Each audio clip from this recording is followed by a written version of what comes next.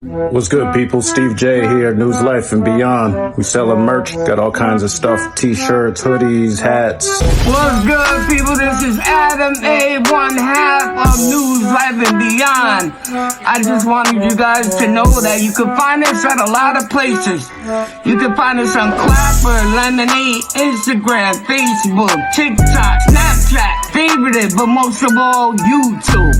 Go on YouTube, look us up, News Life and Beyond. Push the button, subscribe and like, please, and share it out to the world. You can also call us 959-951-9117, or you can support us.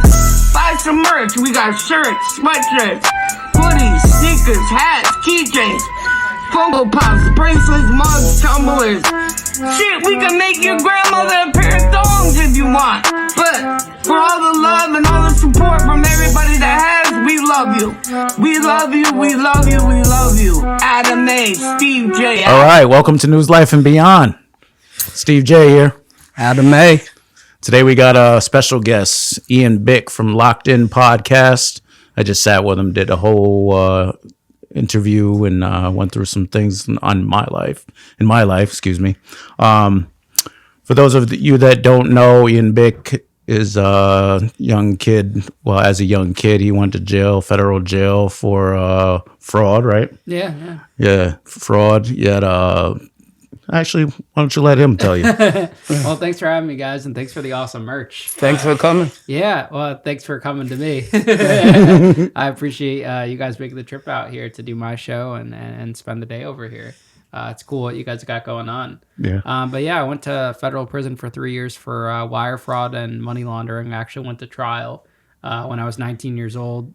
Lost at trial. It's hard to take the feds to trial. Mm-hmm. And got sentenced to 3 years at federal prison when I was 21 years old. And did about 27 months inside. And then got out in 2019 and did a year on house arrest and another 3 years of supervised release. So yeah, that's why I went to prison. Excellent. So going to jail at such an early age, I know everybody has their ideas of what jail is like. Before you went to jail, did you know anything about jail? No, I had never watched like Prison Break or Shawshank or any of those like famous prison movies that everyone, always talks about. Mm-hmm. I had just honestly only watched Orange Is the New Black. I would actually watch on a contraband phone in prison to catch up on seasons. Really? But no, I didn't know much about it. I just always thought that prison was for bad people, and little did I know that it's not necessarily the case. Like I knew there was such thing as wrongful convictions, but I didn't realize how many good people there actually were in prison. But I knew, I thought about, like that there was prison rapes, like the old saying, don't drop the soap, and gangs and all of that. But I didn't know how kind of intricate or what the politics were actually like. I went in very, young, naive, and dumb about the situation. Yeah, that had to be scary, right? Yeah, it was definitely scary. I mean, everyone thought I was a sex offender in prison. Mm-hmm. They called me a chomo. I didn't know anything about paperwork, showing your paperwork, or anything like that. So that part was definitely very tough to navigate. That's something that's different in state jails. You don't have to do that. Oh, you don't have to show paperwork? No. Oh, no. Wow. I mean, eventually, if you're a child molester, usually it gets around the jail. Usually the COs will be the one to tell, the other inmates and stuff. And, then you got to deal with it. But other than that, no, nobody really asks for paperwork or anything unless you get into a block and, somebody says you're a snitch or something. And then you got to try to prove it, that you're not or whatever. But for the most part, no. Yeah, that's a good system. I'd rather have that in the feds than the way that they were doing it back then. I think now they're a lot stricter on paperwork, like the prison officials, not wanting like paperwork to be a thing because of all the problems it causes. Yeah. Oh, yeah, definitely. Yep. So you not being a street kid, what made you think you could do the street stuff? I mean, I didn't even really think that I could do street stuff. I think I got caught up in it, very accidentally, because I was in the nightclub business and the concert promotion business. And I was dealing with large amounts of money. And my biggest issue, what led to me going to prison, was that I lied about losses. I should have just been honest. about it. So it's not like I was running around with guns or dealing drugs and doing stick-ups and robberies, even though that sounds pretty cool. My case was just about, losing money, lying about the money. And you never want to mix lying and money together. It's never a good recipe for success. But, in prison, I definitely wasn't that street type to survive. I thought outside the box to survive and kind of navigate the system. Speaking of drugs and you're doing street stuff or whatever, you mentioned that you sold weed at one time and actually started to make a little bit of money off of it. What made you decide to stop? No, that was a very short hiatus. That was that was like a summer. I had friends that did sell weed, and I had a really close friend I grew up with where he would steal some weed from his dad and put in a little film capsule, and then we would go, and it was maybe like $100 worth, and we would sell it to try to fit it and be cool, but wasn't a big operation. I think I gave it away more to be cool than to actually sell. No, maybe I made like a couple $100 because it was free weed, but I made more money. I started a candy business in middle school, selling candy and energy drinks and gum out of my backpack. My dad would drop me off in the morning, and there was a CVS next door to the middle school.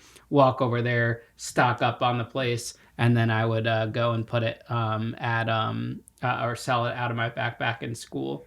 So I'd make money doing that. And then in high school, I made money doing the teen parties. I would rent a local nightclub, charge $10 to get in, and do a teen party, which was really interesting. I'd make like 10 grand a night in high school doing that, which was crazy. That's awesome. Especially being young doing that. Yeah, it was really entertaining and interesting. Yeah, what gave you that idea? So I started this fight for the homeless thing, selling wristbands for $1 a piece. As a community change project, because I had gotten into some trouble vandalizing cars in our neighborhood, got sentenced to community service. So I came up with this idea to sell these bracelets for $1 a piece. And then that led to me doing a school dance. And when I did the school dance, I realized you could actually make money selling a ticket, and kids were looking for somewhere to go. So I started renting out these local clubs. It was called Tuxedo Junction at the time. And we did a teen party, charged like $10-15 to get in. We did like a Halloween rave, everyone dressed up in their Halloween costume. We did the Christmas rave. We did the paint parties, all of those things. We made really good money at a really young age. Nice. Did you have any problems with security and stuff like that? Because we had a teen club in our town one time that they opened up, and every time they would try to do something like that, it would be a lot of fights and shootings and stuff, and they'd end up closing it right back down again. Yeah, we never had any violence or issues like that, but you would always have the kids that came drunk. Yeah. And then the kids have to go to the hospital, and the parents you served alcohol inside, but meanwhile the kids are in the parking lot, downing nips and stuff, telling their mom or dad they're at the movies when they're at the club. The club had a bad reputation at the time, anyways, for underage drinking and whatnot. Yeah. So that would be a reoccurring thing. Do you did you learn anything that you use from being in jail that you use on your podcast other than your story? I would say definitely, the discipline and routine aspect of prison, falling into a routine and sticking with it. I always have a routine where every day I have to get up and, I go for a walk with the dogs or just go to the gym and work out or get a run in. That's why we put a treadmill upstairs, and I always have that kind of routine. Also, keeping your circle small is a big thing that carries over from prison. Making sure you don't, let too many people in, tell people about your business or anything like that. So I stay private in that sense. Even though I'm very public on social media, there's certain things that stay private, like behind the scenes and whatnot. And just who I hang around, I stay private with that. Yeah, that's a good thing. That's a good thing. Yeah. So, did you think your podcast would get as big as it is? No, I never even thought I was going to get into a podcast. When I got out of prison, I wanted to get back in the nightclub business, where I wanted to turn my story into a movie or a book like Wolf of Wall Street. I thought that was going to be my success and fame. I saw that. I had no idea it was going to lead to this. I actually worked at Whole Foods for 3 years when I got out of prison. And I did that for 3 years up until the time I quit, when I started making TikToks. And they started getting traction, but I wasn't making any money. So I was doing DoorDash, Uber Eats, had an OnlyFans for a little bit. Was doing whatever I had to do to put food on the table and grind. And then I got monetized on YouTube and Facebook and started to make some money. Made a bunch of bad business decisions along the way while building it with partners and all of these types of deals. And now I've kind of learned, and I'm going on year 4 now of doing this. We just finished year 3. So it's really, it's grown, and it's more like a business now than anything. Less a hobby, more like a business. Right. What made you decide to take it seriously? I think I always took it seriously from the get. I think if you go into anything, that you're expecting to or hoping to make like a profit, you want to take it seriously. And that's just who I am as a person. I don't start something without having the intent to see it all the way through. But I think like legitimizing it even more, probably within like the first year, realizing, okay, this thing has legs. Like people will say you can make money on social media, but seeing is believing. It doesn't mean you're actually making it. There's people that with millions of followers that don't make necessarily money. They could just have Instagram followers and they're not really converting their revenue. Yeah. And then there's people with 10,000 followers that could be making hundreds of thousands. You just really don't know what the specifics are. But I've always taken things seriously from the start. Where'd you get your information from to decide, what you would need to start it, be able to get yourself monetized and all that? Who taught you how to get down that path to do all that? So when I first started, I had partnered up with a studio who they didn't know anything necessarily about like YouTube or anything like that, but they did know about podcasting and they had the equipment and they knew about cameras. So I kind of studied them, watched them, and then also learned from other friends that were in the business or online. It's such a big tool to use YouTube or just Google, or now there's ChatGPT to kind of learn everything. Mm-hmm. When I first started, there wasn't ChatGPT, but now, everything I've learned now it could be easily accessible through there. So it was a learning process, and you're always improving and learning and implementing new things. I'm constantly changing thumbnails, intros, hooks, titles, everything, kind of just to adapt it and make it better each time. How do you decide how much time to put into it? Because obviously you got to have your own time for yourself, right? Yeah, I mean, in this business, it's always, you're kind of always on, whether responding to a comment. Like before I go to bed, I'm responding to comments. When I wake up, I'm responding to comments. I'd say it's more set scheduling in regards to like interviews. I'll only do like one a day, sometimes twice, but I prefer to just do one because they could be long. And then I try to edit at least one episode a day. Yesterday I edited 2, so I don't really have to do any today because I'm getting ready to travel early next week, so I have to have everything uploaded before I leave. Mm-hmm. So you're kind of just always going. You have a rhythm, you memorize it, and it's second nature. It doesn't necessarily feel like work. I mean, we just sat for an interview, and I only had to ask one question in the beginning and a couple at the end. Yeah. So I think it all depends, but it necessarily doesn't feel like work for me. I enjoy doing it myself. So yeah, it's fun, man. Yeah, especially when fun. you're passionate about it. Even when you're not making money in the beginning, it's you're grinding, you're doing your thing, and you're starting it from the ground up. It's not handed to you. We've been doing it for 3 years. We haven't made a cent yet. Yeah, and you'll get there. Yeah, we'll get there that eventually. First dollar is more than what most people could do. You know, definitely. So it's just a grind, and it's just getting out there and doing stuff organically, like. And different. Maybe YouTube's not your shtick, and you realize that Facebook is what's gonna work for you, and you post a full episodes to Facebook, and boom, you're monetized. You don't know what's gonna be the thing that hits. Yeah. For me in the beginning, it was YouTube, but that's not like that for everyone. Yeah, it's just finding what is your unique take on it and how you can elevate it. Yeah, definitely. Do you think if you would have went to a tougher jail, the outcome would have been the same? Yeah, I mean, I think. For me, I considered my experience tough too, just because of me not knowing how to navigate the system, how I acted in there, like gambling, doing all the things you're not supposed to do. But I mean, I think maybe I would have had a less chance of surviving if I went to a tougher jail. But in regards to experience and learning and what I used to build the podcast, I think it would have been the same outcome, maybe some even better stories. But I think my experience was unique to me and helped shape my interesting take on the prison experience, because you have so many guys that are like, I did the stabbings, or I ran a gang, or I did this and that in prison, and mine was just like a fresh young take on it. Yeah.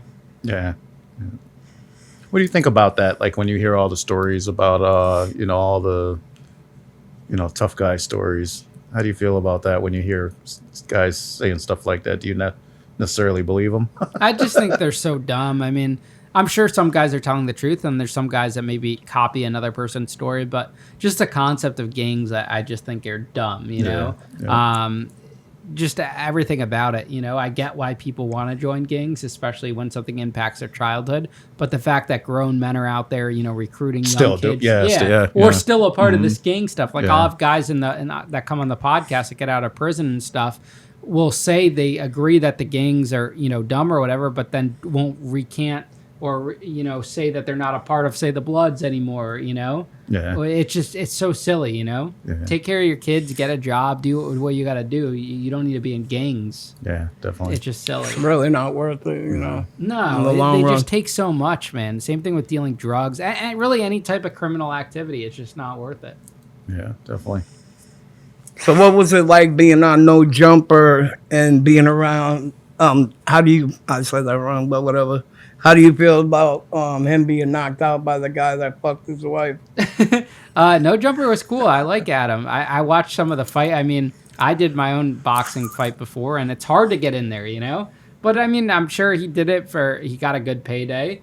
That's what I think. That's what I felt. Yeah, and I'm sure he knew he was going to lose going into it. You're going up against a big dude, But also the whole, it's social media, it's hype, it's clickbait, saying the whole, he banged my wife. It's not like his wife cheated on him with him. That's their shtick, That's what makes them work good. They're just playing to their advantage, you know? So people can hate on him for that, but that's what he's doing, and that's what he's making money off of. For every person that hates, he just makes more money from it. Oh, yeah. So, good for him. Adam's a good dude, Would you let your girl fuck another guy? Hell no. But that's not my shtick. Yeah, they're into that shit. Yeah. Well, it's just awkward. Yeah, you do what you got to do. Maybe it's a business for them, you know?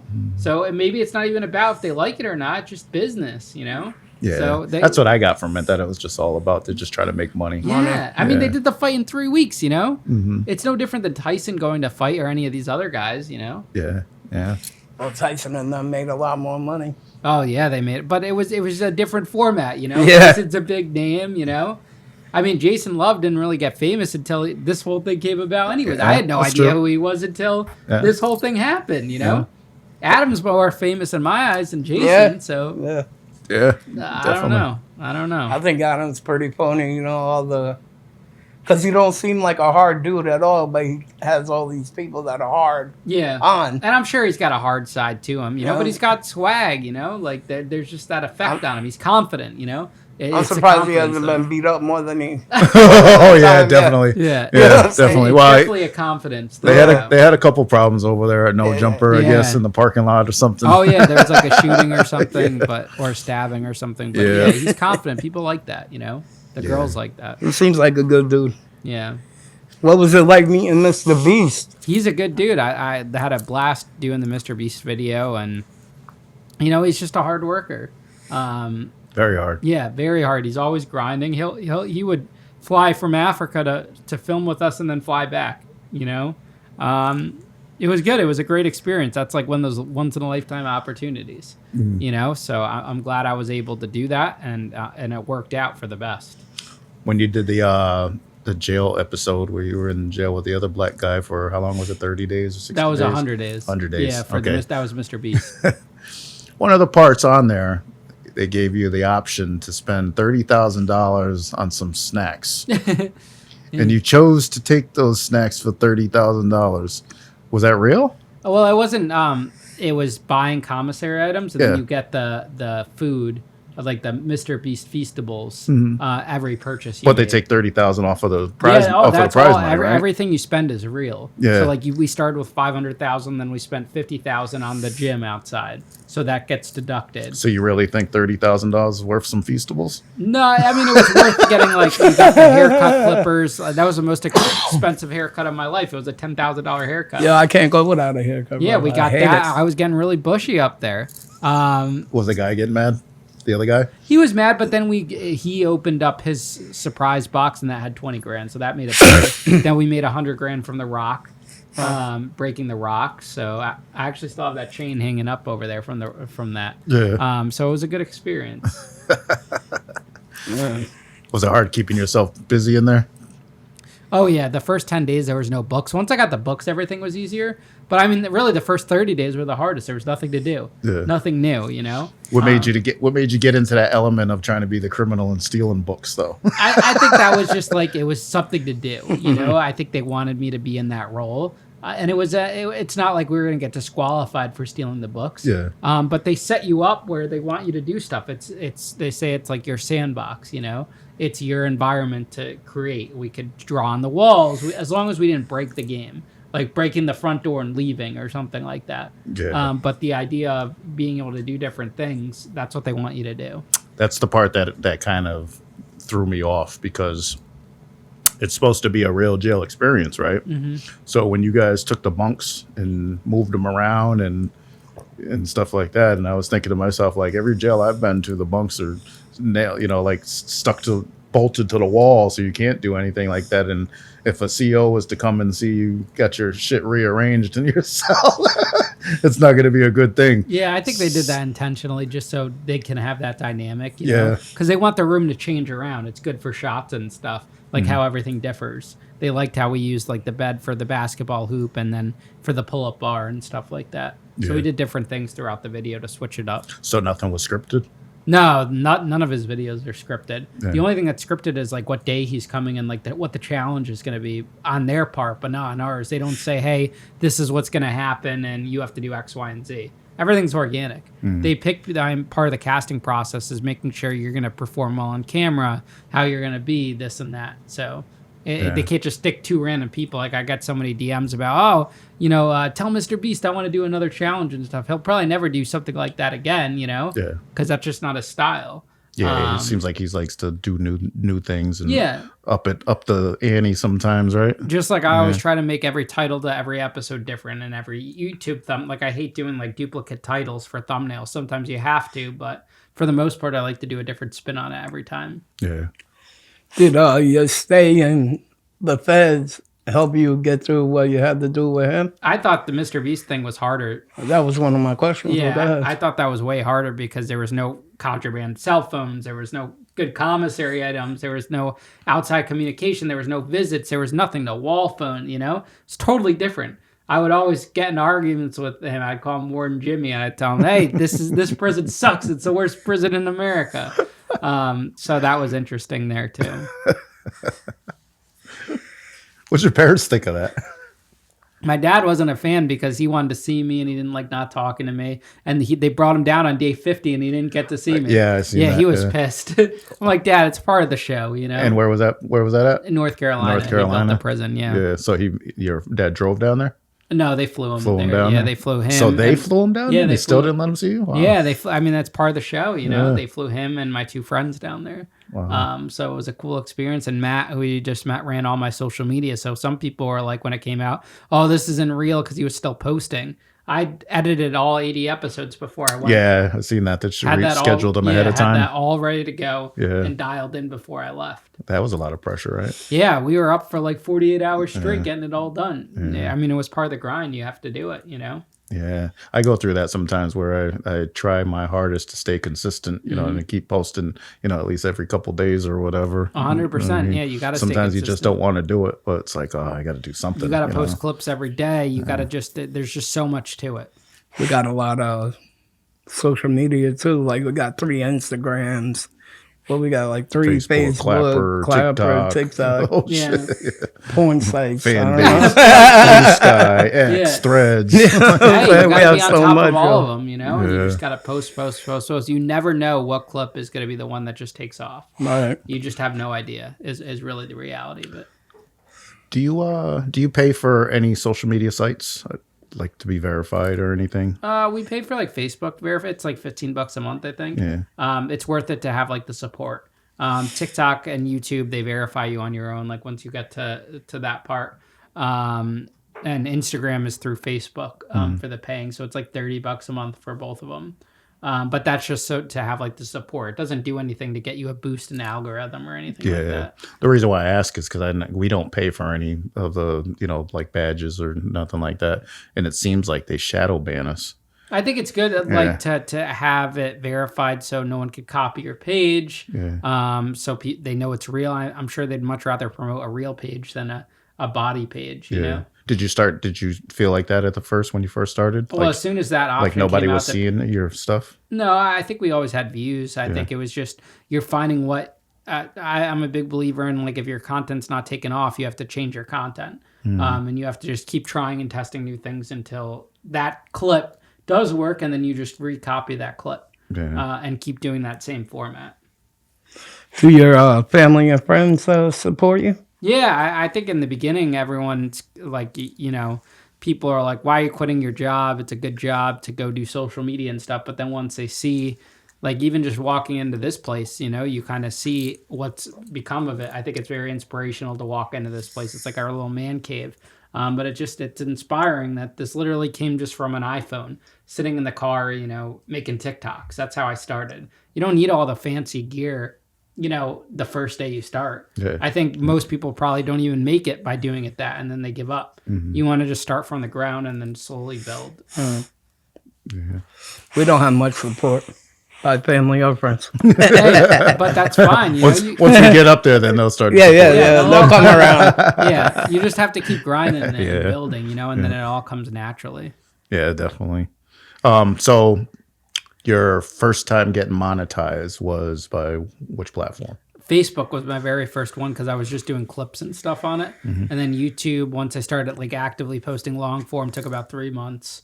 But yeah, Facebook was my first big one. I think I made like $8,000 in like 4 months over the course of those 4 months. And then YouTube, I think my first YouTube check was like $2,500 for 1 month, which was pretty cool. Yeah, oh yeah. And then I got monetized on TikTok shortly after. And then I started getting ads for the podcast too.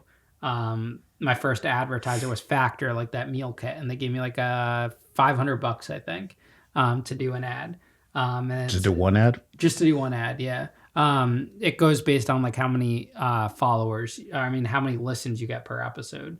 So it could be anywhere from like $25 to $50 per 1,000 listeners or downloads per episode. And they count both YouTube and Spotify and Apple. I've had ads that go for like $3,000 for one ad. But I'm small scale compared to like the big fishes that are getting like $50,000. Imagine sitting down and getting $50,000 for 5 minutes of work. I like to get $5,000. Yeah, dude, it's insane. Like whenever I sit down and record an ad read, I'm like, wow, that's crazy. Do they write you the script, or do you have to make? They give you bullet points, and then I'll have ChatGPT help me kind of script it out and make it good and stuff. It was really fun this past fall doing the Blue Chew ads. People are gonna kick out of that. Yeah, I love Blue Chew. I know you were talking. I'm sure your mom got a kick out of that. Yeah, I don't even know. She might. My dad might have showed her. Maybe you could send Blue Chew. Yo, I use it. It was good. Hey, and that's the thing with brands. Like, even if you don't have a big following, just start talking about it. Do it for free, and then it attracts them to it. Until you get to the level. I used to drink cups of soda from a little restaurant. You know what I'm saying? Well, not the one with the. I don't want to say anything, but they ain't giving us no money. Steve's like, yo, you should just promote it, yo. What the fuck you drinking on screen all the time? Exactly. Just they need to give us money. I got him. We started making tumblers. So I was like, just put it on our Tumblr. At least we has our logo on it. You don't know who's going to see it. Maybe they support you, and that's the one. That also getting those mic boxes that we have. Yeah. Great way. You find a local sponsor. Hey, give us $100 for a month, and we'll have your logo in every clip. Yeah, I noticed you used to have Mike Tyson on. Yeah, yours, you just put the logos on there and stuff. That's a cool way, because maybe your podcast doesn't have many views, but your clips have views. That's guaranteed. Name branding on there, and it also gets listeners too. When people see a clip, they're like, okay, let me go watch that. So it's all different, unique things like that. Have you lost any sponsors? No, I think sponsors come and go. There wasn't any that like ended it. I haven't been like canceled or anything, but sponsors come and go. Like sponsors that may drop off 1 year will come back the following year, or it all depends on spending or what their metrics are. And there's so many podcasts, Yeah. But you see a lot of sponsors like circle through. and put themselves back out there or test again with you and stuff. Because your podcast is forever growing. Yeah. What podcasts do you watch? I don't really watch many. I like clips, but I mean, when I do watch, I'll listen to Rogan, Diary of a CEO. I listen to Jay Shetty. So things like that. I like that. I think it's more guest based. Like there's nothing I listen to every single week. That's why I think it's good for my show too, because it's just, if you don't like the guest, you switch to the next one. Yeah. And that's why I do so many a week too, because say I only did one a week. If you don't like that guest, you're going to go somewhere else. I have such a big catalog. If you don't like that guest, there's hundreds of others. You just go pick someone else. Yeah, he's the podcast king. Yeah. I noticed that you kind of shied away from just jail interviews. Oh yeah, I got sick of just doing everything. Yeah. We kind of started that way too, where we started out with that kind of niche, and then we kind of went into music, and then we kind of went into other, you know what I mean? You have to. Everybody's got a story, right? Yeah. I mean, in my eyes, like the prison stories are all very similar, but they're told in different lenses, which makes it interesting. And you sprinkle it in with different aspects of it. People always ask me if I'm going to branch out farther than that. It's like, I think I pretty branched out. Like I could do law enforcement, I could do lawyers, I could do addiction, I could do trauma, even trauma is a big one too. So there's things like that play into it. Mm-hmm. Damn, I forgot what I was going to ask. What's your favorite topic? Thank you, bro. I like the criminal justice ones. I mean the law enforcement ones the best. Yeah. Because they're such good storytellers and speakers. Mm-hmm. Then I like episodes, like say yourself, where the guest can talk and tell a good story, in a timeline. Sequential. So that's good too. Yeah. I like those kind of episodes. I like the one where you interviewed the cop. I don't know. That narrows it down. Nah, it was an older gentleman. He looked like a biker. Which one? Recently or? Yeah, I think it was. I don't know. I watched it with you. You watched it with me? Yeah. He was in the military. I think it was just recently, within the last Kevin couple days. Donaldson or? Yeah, I don't remember his name either. But what about it? I was just saying, I like that one. I like the law enforcement ones, and it kind of shows that it humanizes them and shows that they're not so different than us. Or people that went to prison, they had that childhood. They could have easily made a mistake in their childhood. They had issues in their childhood. So there's always a bad apple in a bunch. Yeah, of course. Just like there's bad criminals. Yeah, right. That's what I'm saying. Yeah. So like, look at it. Compare it this way. Like, out of criminals, there's some sex offenders. Or people that hurt women or children, just like cops. There's some cops that, do the wrong thing or are corrupt. So I think you look at it that way. It is the way to look at it. How did your parents feel about you going to prison? I think it was definitely hard on them. It was definitely hard on my mom too, because she didn't come from that kind of background. She came from the background of, you got to go to school, get a good job, all of that. So it was definitely hard. I think it's hard for any parent in that scenario. But I think what helps now is seeing everything that's been able to come from that experience too. Because now, like, what can someone else make fun of her for, or give her a hard time about? Right. It's the best thing that could ever happen. Flip the whole story. Yeah, flip the whole story. So once you take that power away from people, I think that's the benefit of sharing your story. Taking that power away and being able to own it. Speaking of power, I was telling Adam that looking at your podcasts, and I think what helped you blow up the most is the authenticity of it, where you're not trying to be the tough guy in jail that had this, you ran the whole jail or anything. And, the story about the cop taking, trying to take your buns and, all that stuff. That's not stuff that people normally would say, you know what I mean? Because they want to, portray the tough guy image and all that stuff. You know what I mean? So I think that's what makes it, so real, what I mean? That people want to watch it, Absolutely. And you could, because nobody knows what the fuck you did in prison. Yeah. Which most people probably do. Yeah. A lot of people, a lot of those like prison YouTubers and stuff, and then that's why people get exposed or like, this didn't happen. Or I always see comments from people that when a guest will say they ran it or this and that, and then someone's like, I was in prison with him and he was the bitch or whatever, you know? I've seen that, the kid, the I don't- Rhode Island kid that you did I don't recently. get involved with any of it. You know, I give people an opportunity to share their story. If they want to lie about it, that's on them, you know? That's really what it comes down to. I kind of felt that way about 1090 Jake. Yeah, I mean, I like you know, 1090, I was listening to him and I was like, well, I don't know, maybe not. You know, yeah, who knows? I mean, it's their story to tell, you know, and if someone's lying, it's on them. That's really what it comes down to. Yeah. I was telling Steve, you laugh a lot when you talk about prison. Like, did you not take it serious? Or is it just your anxiety? It's just my demeanor now. You know, I think it's funny now. At the time, I think it was when you're living in it, you more take it seriously. You know. Yeah. But like telling the stories now in hindsight, I think they're funny. You know, I think that's someone's way of dealing with like the stress and trauma of it too. Yeah, I was like, definitely. this guy stays laughing. Yeah, no, I think I'm always Maybe in, he like, should have got it. So Well, he made it taken. You made it through it. You know what I mean? Yeah, So, no. No, Respect. I think unscathed. Yeah, exactly. You know, I think you got to make light of it. You know, you can't let it drag you out. Yeah. And you turned into a positive. Exactly. Yeah. You You're have doing to, big things. Yeah. You know, smart things. Yeah. What was your favorite food in prison? Like you made. What'd you learn to make? Wow. I was a cheesecake man. Yeah. I remember that. I had a bunkie that made this really good fried rice. It's so fascinating that guys can make fried rice in the microwaves. Then he made a really good BLT pizza. Even just like a simple chili with beans dish or with white rice, or taking like the chicken on Chicken Thursdays, mixing it up with like these onions and vinegar and salt and stuff was good, and oil. It was good. I mean, the food was good, you know, when you spice it up and make it better. Ramen noodle dishes, everything like that. It's amazing what you could come up with, right? Yeah, it gives you an excuse to eat like crap, you know. Do you eat like that out here sometimes? No, I don't eat Never like Not again. at all? No, I don't. No eat, cheesecake sense? I mean, I'll have cheesecake, but I make it. I love for clips cheesecake. and stuff, but yeah, there's so much creamer. It's just so bad for you. You know, you're literally putting like a whole thing of creamer in there. It's just not. It's not right. It doesn't sound good. No, it doesn't sound. I've never right. tried that, but it Yeah, doesn't sound good. It's so bad. It's crazy. I love cheesecake, by the way. Yeah, If cheesecake. you ever want to send me one. Oh yeah, send them one. Yeah, a nice No. creamer cheesecake. Oh, man. I'll get you a cheesecake at the Cheesecake Factory. You don't need a cheesecake, man. I'm lactose intolerant. Yeah. Oh, are you really? So you can't even eat cheesecake? That's crazy. Yeah, but I love it.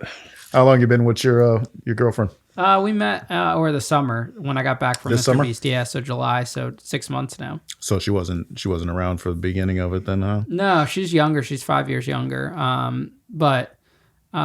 no, she's cool people. She's doing her podcast now. She's working for us now over here too. She left her restaurant job to work here, so we got her and we got Matt on the team, and then my brother helps with guest booking, but he's just part time. And then I have another guy that helps part time with scheduling, like the celebrity guests. And then we have like an agent, and you have an ad agent. You have all of these different components to it now. So it's a big team on the Locked In team. Yeah. What is her podcast about? She has a bar, like a bar industry restaurant type podcast, like people that work in the industry or the restaurants. Yeah. Was she doing that before she met you? No, she said she wanted to get a podcast going, and I helped her put it all together. She did one like a couple years ago, but it wasn't really like anything like good. It was kind of just for fun, and then I helped her execute it and put it together. I work very quickly. Like once something's in my mind, like I consider it done and just go and do it. Yeah. I feel like that's the way you got to be. I see the work, man. Yeah, I see the work. 100%. Every time I turn on the TV, there's a new episode, and it's like, wow, this guy's you're busy. feeding it. You're putting clips. Like we're posting clips on say Facebook every 30 minutes. Mm-hmm. You just have to, you know, that's part of the grind. Yeah, especially when you got the people coming, you know what I mean, and signing up. You got that long wait list. You got to get through. You got to get through it, right? There's so many people on it. I mean, I'll expedite like when people reach out to me on say the DMs, because then it kind of shows they're even more serious. If they're like, "Hey, I applied," and just following up, then I'll just say like, "What's your contact info?" and I'll send it to my brother, because then it shows like they're ready, they're serious, they want to do it. Yeah. Do you do a lot of research on them, or? That's all my brother and stuff. Oh, okay. Now at this point, like I don't really talk to guests before they come because I like to hear it organically. I don't like to like have full conversations or really know the person, because then it's just more organic in the moment. I don't want to know what's going to happen next. Yeah. All I need is like a couple bullet points, you know? That's funny you say that, because on the way up here, she was like, well, what are you going to say? And are you going to do this? Are you going to do that? And I'm like, you know what? I'd rather just wing it. You know? Yeah, no, I think that anyone that's ever come in here like super nervous and like scripted and stuff, at the end of it, they're always like, I didn't say anything I wanted to say. And, you know, those are the best episodes. Yeah. You don't want to overthink it or script it. Like And I've had that's guys, what I was thinking, yeah. Yeah, I've had guys like print out bullet points for me, and I'm like, I'm not using this. Like, I don't need it. And they're like, are you sure? I'm like, yeah, I'm good. Like, I know that I just need to know, like, is this a prison story? Is this a law enforcement one? Is it an addiction one? Like, what's the overall premise? What happens? And then I can get you there. Yeah. You know, if you need help getting there. Yeah. Yeah, because a lot of people don't like talking like him. No, I mean, those are good. Like, this is actually the longest streak. I'd say that, like, the last 4 I recorded were all guests that were like him. You know, like I did a 2.5 hour one yesterday. The guy talked the whole time, which is good. Most people, like, they feel bad about it, but that's what I want. That's what makes it special. That's what the audience likes too. Yeah. They hate the interruptions. You're watching a show, interruption. That's how you stand out in this podcast space. You know? Just let the guests talk. That's what I've learned, especially in the interview setting. Like some of the people that we have, I have to push them into talking. You know, because I did that. What'd you do? I asked you a question. Yeah. Well, I still did it. Some are nervous. You get those people, you know. Half of them are high. Why are they nervous? Well, I think you got to talk to your guests. Smoking all that weed. You got to talk to whoever That's your me. guest. Oh, you got to hold yourself accountable then, you know. Got to hold yourself accountable. No, they have interesting things to say. They just don't want to say it. You know? Yeah. Not everyone's like that, you know. Yeah. Try to push it out of them, and you still. Yeah, being on camera, it's not for everybody, right? It's not for everyone. It definitely happens. It's like counseling. You know, we're like counselors. Yeah. What gave you the confidence to say, you know what, I'm going to get on camera and I'm going to just bear it all and tell everybody my business? It was hard. I procrastinated for like a month. My friend kept telling me to do it, and I didn't talk about prison. Prison's not something that you really society is meant to talk about, you know. Mm-hmm. But it's freeing, because then what can people say bad about you? Yeah. You know, after that, what could people say that? You know, they can't say anything. Yeah. It's kind of like the comedians when they make fun of themselves, right? Yeah. So you rip yourself, you put all your dirty laundry out there, and then no one can say anything bad about you after that. I think that's kind of like the power in it. Yeah, true. I agree. Yeah.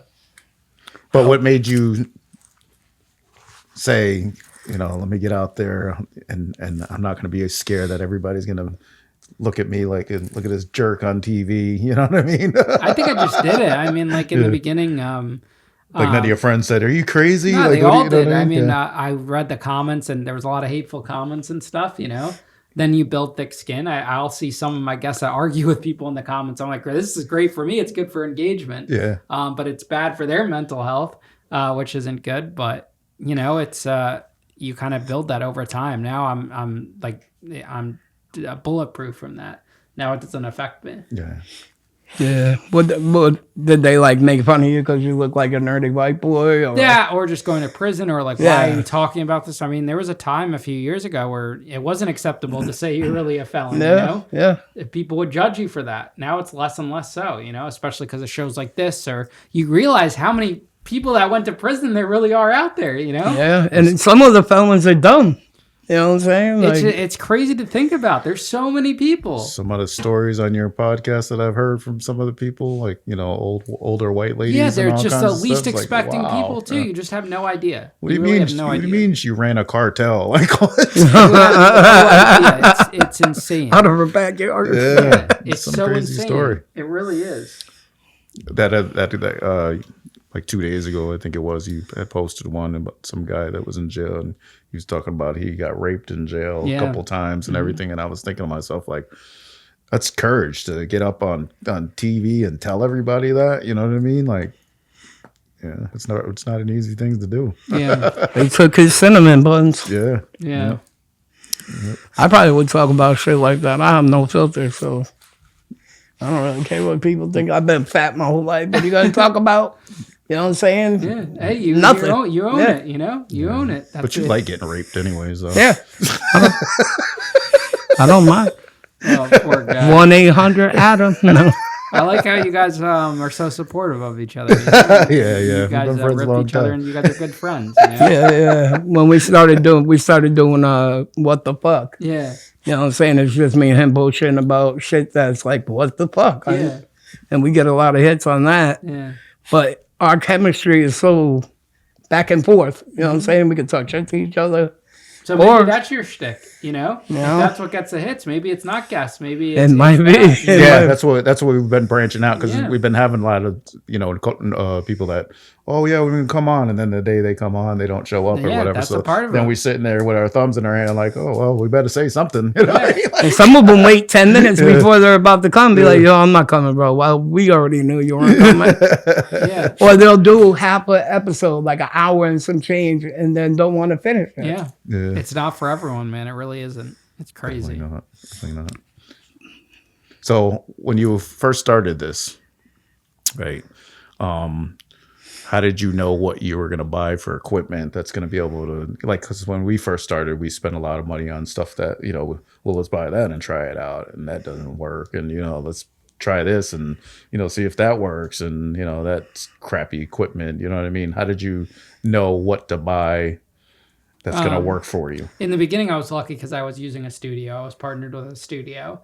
And then I just learned what they were using, what gear they were using. And then I had a friend that was a videographer at the club that knew about cameras and mics and all that. So he taught me and gave me a list and whatnot. So now when people ask us, like, we'll give them that list and show people. Or ChatGPT will literally tell people now too. Yeah. But I'm always buying new stuff, new gear, new lights. I mean, I started with these big bulky lights. Now we got these, and you learn different things and new tricks along the way. Yeah. Now we have like our lights mounted up top and in the studio, or before they're on stands, and just doing new different things every time. Awesome. That's one thing that's good about it. You invest in yourself. Yeah, I own all the gear now and everything, so it's really good. Yeah. But it takes time, it doesn't just happen overnight. Yeah. Yeah, we're working on our 3rd year, 4th of July. That's awesome. Yeah. So, hey, I was just like, yo, let's start a podcast 2 days before I went to the hospital. Mm-hmm. I was in the hospital a whole year. Oh, wow. we were doing episodes in his hospital. Wow. Right in front of the fireplace. Room, That's nice. That's awesome. Yeah, everybody be like, where are you doing the episode? Yeah, Mystic Rehabilitation Center. Yeah. That's funny. I mean, good for you guys, man, for starting and trying and stuff. Who's your favorite guest? I like Clark Fredericks. He was great. He was the one that killed his abuser, who was a cop as a child. But I mean, it's so hard to pick a favorite. They're all good in their own ways and stuff. There's not like one that's like better than anyone else. Everyone's good in their own way. I think that's important. You don't want to alienate a guest. Yeah. Some guests like always compare themselves to other guests, saying, "Oh, I'm going to do better than this," or "My numbers weren't as good as this person." But it's not about that. It's your own story in your own way, and just getting 100 views is better than nothing. Yeah, definitely. So. Yeah, Todd Crisley was my favorite guest for you. I appreciate it, man. I love him. Yeah, no, he was a really good dude. He's out of all the celebrities I met, he's probably the realest one. Yeah. So I definitely enjoy him. He was talking a lot about prison and the stuff he did in prison, and he kind of reminded me of you because he's kind of like a dippy white boy too. Yeah. Not trying to put you down or anything, but you're nerdy looking. You know what I'm he saying? had a way better prison experience. Yeah. He Yeah. was running the place. Yeah. He had money, a lot of money. Yeah, he was doing really good. Yeah. Did your parents send you a lot of money while you were in jail? Yeah, my dad held me down. Yeah. That definitely made it a lot easier. Made me a target, but it also made it a lot easier. Yeah. So it was good. I always say that to myself, like being in jail for all the time that I was in there, I don't think that I had a rough enough experience to actually say that I learned from it. Like, I'm not scared to go back to jail. It doesn't bother me. I mean, I don't want to, obviously, but it's not a fear anymore. Mm-hmm. And I think that it was like that because I didn't have a bad time in jail. You know what I mean? I did what I did. I hustled. I got, I had my store, so I had all the commissary I needed. All that type of stuff. I never, I spent my days playing Scrabble and fucking chess and all that type of stuff. You know what I mean? So it wasn't a really bad situation. So I don't think that I learned from it in that aspect of it. You know what I mean? I think when you have an easy time the whole time, then you tend to not look at it as harsh. You know what I mean? Yeah, absolutely. Which is kind of scary too, though. You know what I mean? If you're not scared to go back to jail, you know what I mean? Then it's like, gotta watch it. Absolutely, yeah. What's the scariest person you ever met in jail and like became friends with them? Well, I mean, I think those guys in prison are pretty scary, but you end up becoming friends with them. Like there was ex-gang guys or anything like that. Some of the like big Black Jack guys or anything like that. But then I think I was always likable, and they took a liking to me, and still talk to some of them to this day.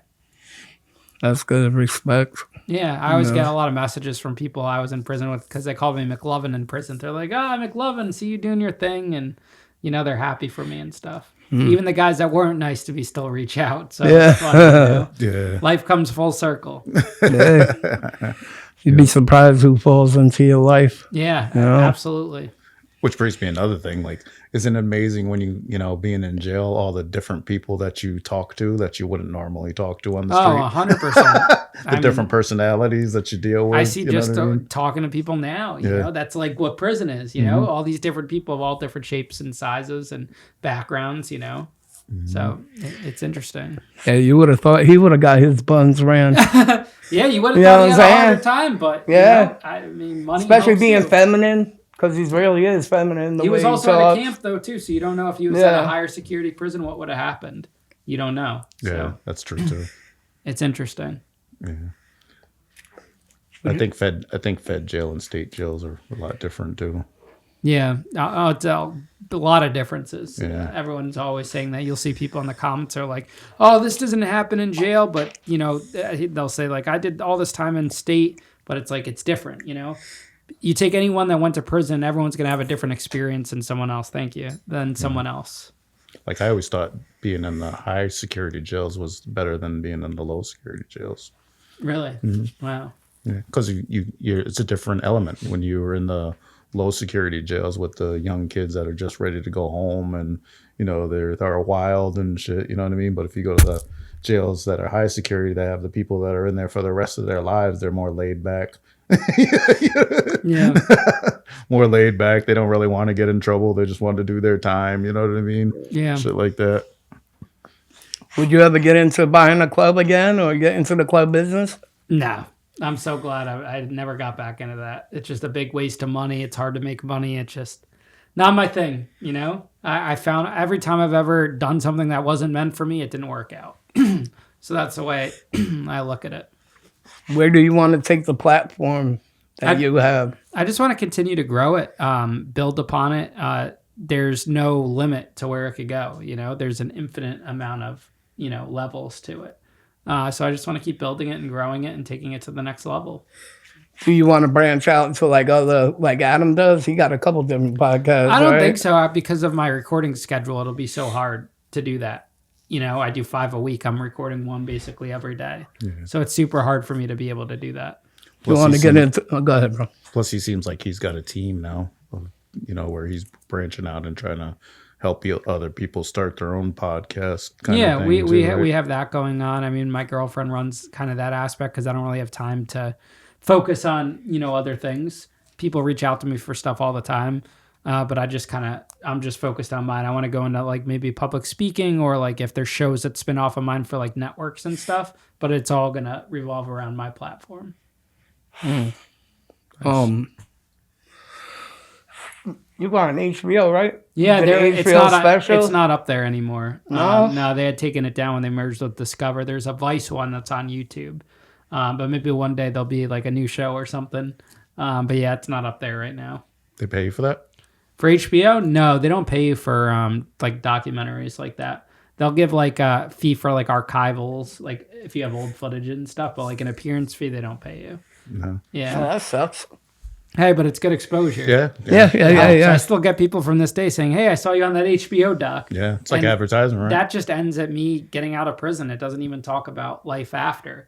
Right. So there's a whole like redemption arc aspect to it. So they should have waited a little bit, see how you ended up. Yeah, but there's no way of telling. Never Yeah, know. true, There's true. no way of It telling. might spin the block and come back. For that You just part. you never know. You Yeah. know? Make a movie It about just it or planting something. seeds, you know.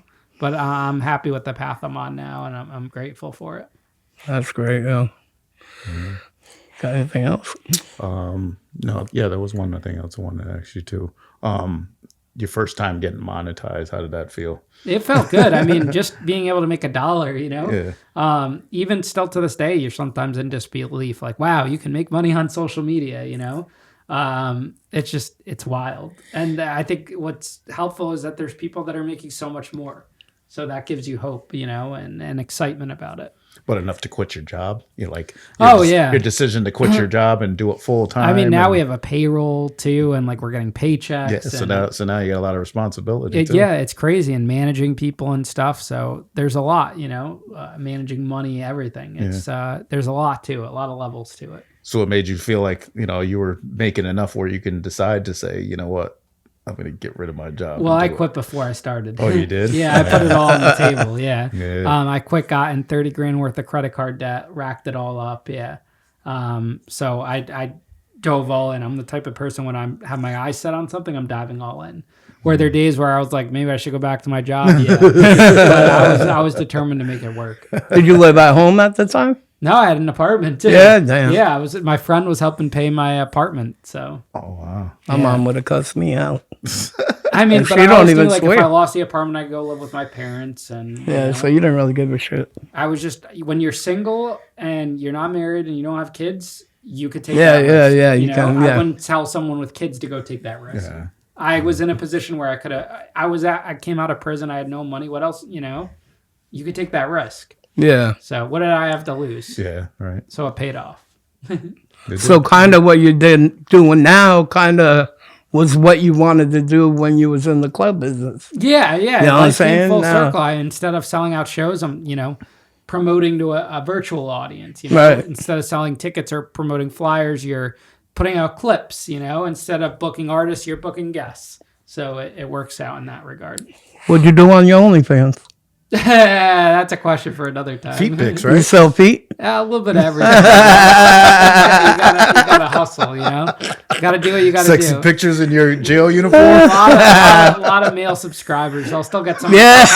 I'll still get comments to this day. Like, hey, you still got that OnlyFans? Or will you sell pics? So, man. Did you make money? yeah, I made like $10,000 in 2 months. Really? He's gonna go open up the OnlyFans Oh, when he he's gets going to. He's going to. Hey, there's someone out there that's gonna be. Yeah. BBM. You can show him the hole in your foot. Yeah. It's crazy. You should have seen you got a big hat. Well, it's closed up now, but you got a big ass hole in his foot. You had to dig it out. From what? and shit. I had an Froze from- infection in 2 of my bones. From what though? I had something called charcoal foot, and it makes your bones like come together and move and shit. And you can feel it moving. I had the bones sticking out the side of my foot. I had my leg bone going behind my ankle. Poke through the skin. Yeah, it poked through the skin. I used to be bro, I could take a lot. I never complained, nothing. I literally would sit up at night and cry because it'd be so painful. So they took everything out, moved the leg bone, put pins and needles in. And when I got out of the hospital after a year, I went on a scooter to go hang out with him. I fell off the scooter getting off it, and I forgot my leg is shorter now. So it fucking fell on top of me. I broke my leg in 2 places. Wore the cast. When the foot healed, it had another bone sticking out the side of my foot. And when there's pressure, it just wants to go wherever it wants, you know what I'm saying, out. So when it happened, they got MRIs, all that shit, CAT scans, and they found out I had 2 infections in 2 different bones. So he had to open me back up, go inside, scrape the bones, shave the bone that was pointing out down, and leave the hole open. Now, mind you, every day they cleaned it, they stuck shit inside the hole, pulled shit out of the hole, and it just stayed open probably for like 2.5 months. Oh, I got the GVs from that. We'll send you the pictures. Yeah, I got pictures. I'll show you the Actually, pictures. look at our podcast. We got pictures I'm of glad it you're on there. the mend, man.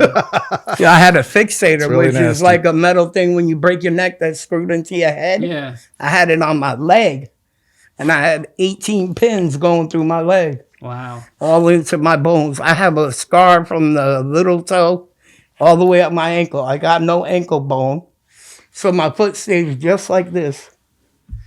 It don't bend or nothing. Wow. It's disgusting. Yeah. And he keeps sending me pictures of it. Ugh, I do it on purpose because I know he keep don't telling him, like Stop it. sending me the pictures. I don't want to see that shit. Yeah, I know he don't like crazy. it. So we've been doing the podcast through all of this. Good for you guys, man. Yeah, Good all for of you it. guys. Yeah, everybody thought we were going to stop. Yeah, good for you guys. Oh, I'm pretty much done. I said what I had to say. I just had one more question. When you got your sponsor, you got it when you were with the agency that you... Yeah. Most of the way these, at least when you're going for the bigger brands, it's through an ad agency. So once you have like 10,000 views per episode on average, you could get an agent in regards to that. They reached out to you? No, that one reached out to me, and then others will reach out along the way, or you could reach out to them too. But they normally want to see at least like that 10,000 minimum threshold. And then what stopped you from doing that with them, the agency? Oh, I just switched to different agents. Just to Yeah, different you switched to agents. different agents, and now we're getting ready to sign with like an actual network. So it's always evolving. Nice. Yeah. It's real good. That's crazy. I appreciate you coming on, Yeah, I appreciate you guys, man. hanging out with Good us. time. Yeah, of course. Yeah, this is awesome, and we definitely got to pick your brain about a lot. Yeah, of course. We have like this video file we'll send you. It has like me and Matt sat down, like answered a bunch of questions, so we can send you that. All right. So it gives, Is that like, the one advice where and he tips. interviewed you? No, it was just we just Oh, had yeah. a conversation about content. Oh, yeah. Yeah. How long y'all been friends?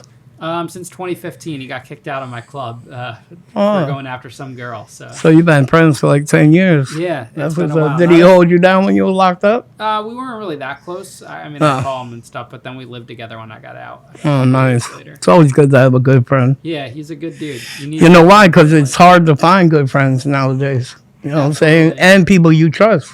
Absolutely, it's definitely hard. Yeah, it definitely is. Well, we thank you for coming on. Yeah, appreciate it. Appreciate you guys. Yeah, News Life and Beyond. Make sure you come back and check us out again. We're going to have a lot more new guests for you. Hopefully, we'll have some bigger guests like Ian Bick here. You guys make sure you go out and check out his podcast, Locked In Podcast. You find it on YouTube. Where else? Facebook. Yeah, just go to ianbick.com and it'll all be there. Oh, there you go. Yeah, we Look got at it that. There's the answer. Yeah. Go check this guy out. He's really not a nerd. He's pretty cool. Appreciate you guys. News Life and Appreciate you, Beyond. bro. Peace. News, life, and beyond. Still here, still repping it. No politics, but we out to get the presidents. If we talking about it, then you know we speaking relevance. Giving you the facts, that's the only way to represent Connecticut. You just gotta tap in, like, share, and subscribe. CJ and Adam May, official, we going live. Just another episode, a visual for your eyes. News, life, and beyond, officially in its prime. News, life, and beyond. News, life, and beyond. News, life, and beyond. News, life, and beyond. News, life,